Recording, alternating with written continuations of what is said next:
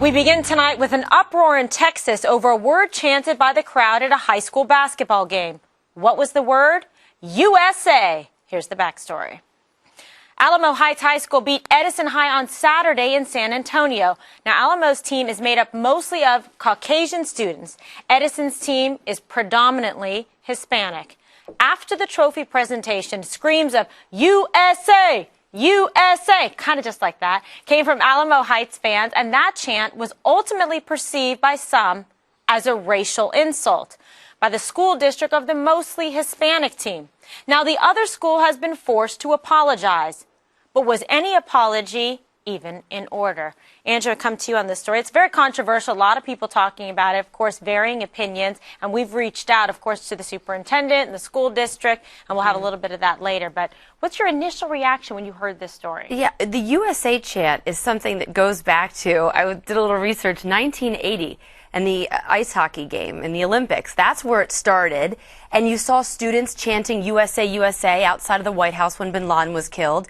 And admittedly, sometimes in college, we chant USA, USA at beer pong tournaments, like, you know, a bunch of meatheads. And allegedly. I don't see, allegedly, right? I don't see the issue here with this.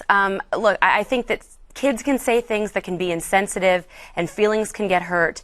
But when we start to go after kids for just saying USA, USA and saying that they were attacked, I mean, that's what this school district is alleging. These kids were attacked by this language.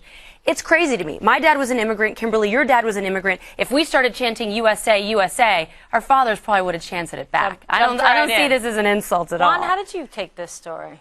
Well, I just can't understand how anybody can not feel the weight of what was a racially antagonistic statement being made by these kids. You know, it was one of these moments, just listening to Andrea, you know, clearly this is not international competition. This is something going on with kids in the next neighborhood who are mostly Hispanic.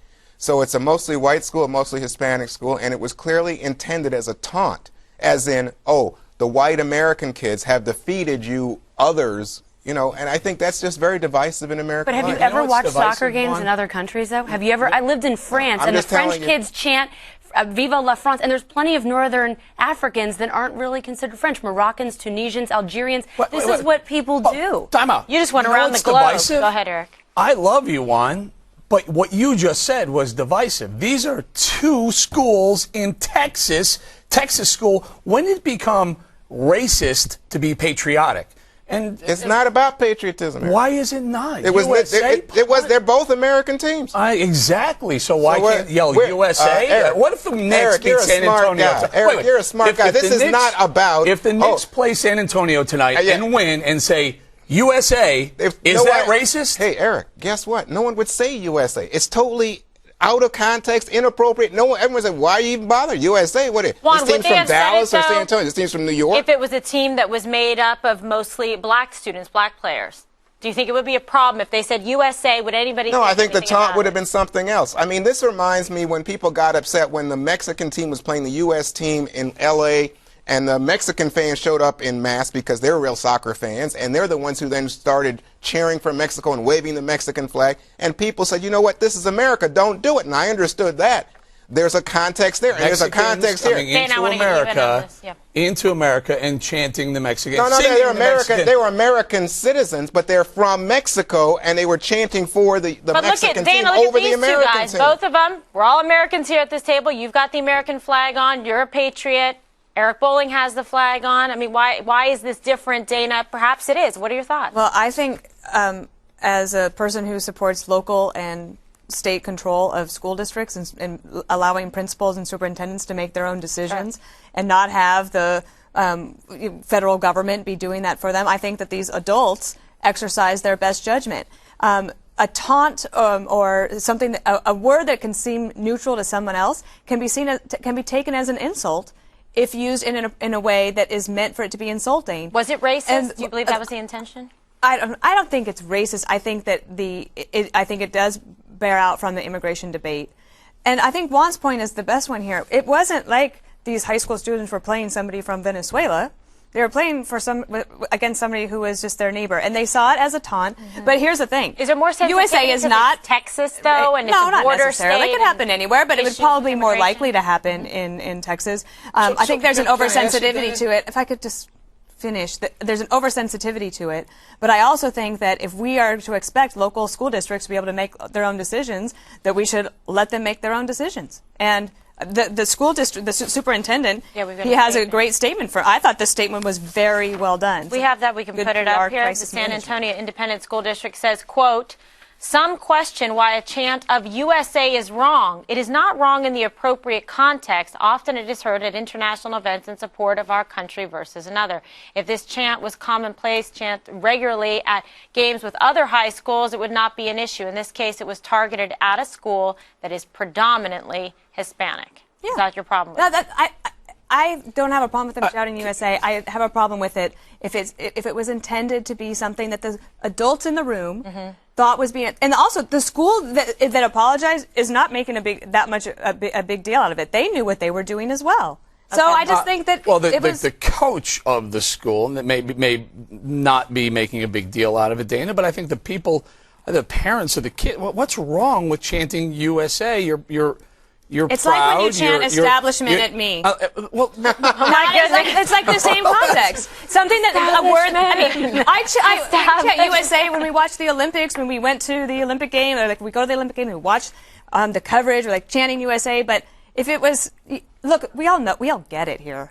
I don't think there's anybody in the dark here. Here's what I'm saying. I think the politically correctness of what they are doing. They're apologizing for chanting USA within the USA, playing another team from the USA who likely has legal American citizens on their basketball team. I find How do you know that? How can you possibly say that?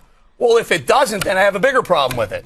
That they have illegal students well, I mean, if that's what we're saying is that they're God. making a statement on illegal immigration, then maybe we have a different discussion. Well, what Eric's trying to say is they're kids. They're all well, that's the point. They're kids. And I think kids say dumb things. And I will say this again. Young boys, this USA chant, this is the sort of meathead thing that they do. And kids make bad decisions. And I just think it's dangerous for administrators to say, okay, Eric, that flag there, where does it end after USA? That flag on your shirt, the USA T-shirt, 4th of July. When does it become an insult, and when does it just become patriotism? No, that's actually happened. That happened out west. Right, we talked about this. Yeah, that's happened. I think we've talked about on this show, where a kid comes in a T-shirt with the American flag on it, intentionally, almost like you would wear gang colors. Then you're questioning the motives, and these are all No, American I'm not questioning students. the motives because guess what? They're all We're all American. sitting here in New York City, and we know from the reporting in Texas what this was about. I want to get to the statement by the superintendent. I know, but one more thought.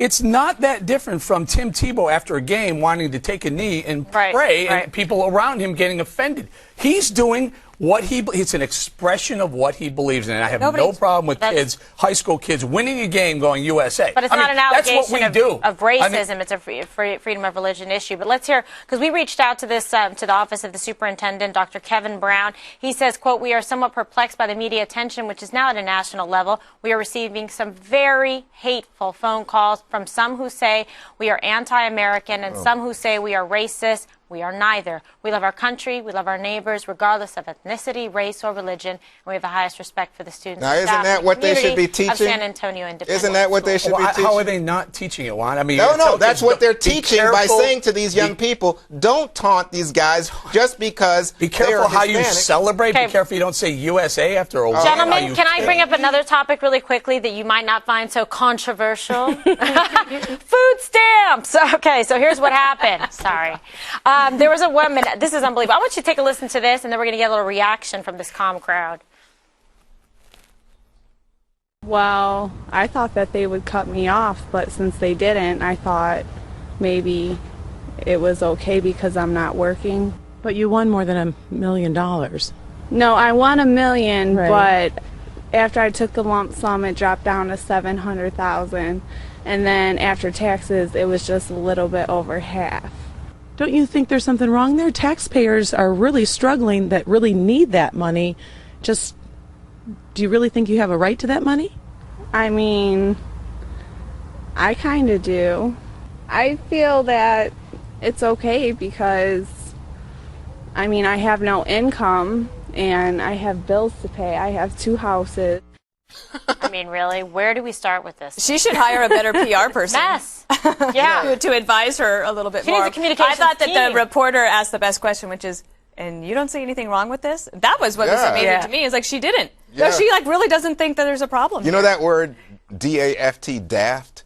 I thought that woman was daft. Did you she was learn like that on totally O'Reilly? out of it. She was totally like, what? She looks like she's puzzled. And You she's think the she'd be biggest happy cheater, though, right? The Because she biggest got $1 cheater in the million world. bucks. What? You'd think she'd be happy. She got $1 million. No, but she She's hasn't. like, they didn't cut me off. It's all good. I think I'm going to appeal to you on this one, because this is somebody who apparently thinks she lives in an entitlement society where even if they give her $1 million, she's still entitled to other benefits. I mean, it's unbelievable. Not only that, she And didn't what earn about $1 million that? bucks. She won it. That shouldn't surprise you. Yeah, at all. exactly. That's where we are fast, quickly becoming an entitlement society, and there it is. She epitomizes. She embodies it right there. Oh, is that Look, right? I deserve food stamps. I just won $1 million, but I still deserve food stamps. I deserve. That's so obscene. I deserve 99 She is so weeks of crazy. unemployment. She is so out of it. I deserve a job, a house. But I Eric, can't pay for it, but I deserve it anyway. Eric, there's a difference between people who have actual needs and that woman. Well, that's okay. Well, that's the debate that we're having in this country right now, right? A young lawyer going to Georgetown who's paying over $200,000 to go there is now saying, I need free birth control. Is she really needy? And the more you give these entitlements away, the more fraud you get. And so that's another angle of this. And the She's more they still able to expect get it. the food stamps. Yeah. The more you give them away, the more fraud you have, the more people take advantage of the system. I My think you're favorite part is reaching- when she said after Yeah. taxes, as if she's like, like it's an outrage. I You know. have to pay the tax. Well, you can talk to President Obama about those taxes, okay? All right, we'll be passing out little winning lotto tickets down at Occupy Wall Street just in a moment. But coming up, was it a Super Tuesday for Mitt Romney or not? Lots of opinions on Fox News last night, including this guy over here. We'll show you what the smartest people in politics think about the results. Also, don't forget to email us at the5@foxnews.com. Stay with us.